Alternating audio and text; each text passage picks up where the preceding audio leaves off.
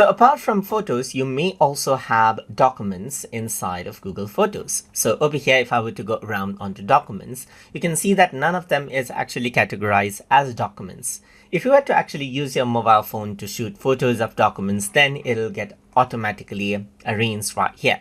But in case I have a document like this that I uploaded, then it won't be automatically there. But what I can do is I can go ahead and click, and then I can go around onto more option, and here you can see that add to documents is an option. Once I go around over here, I can choose where I want to keep it. Let's say, for example, you can see that it automatically identified this as an event information. So I can simply go ahead and select this right here.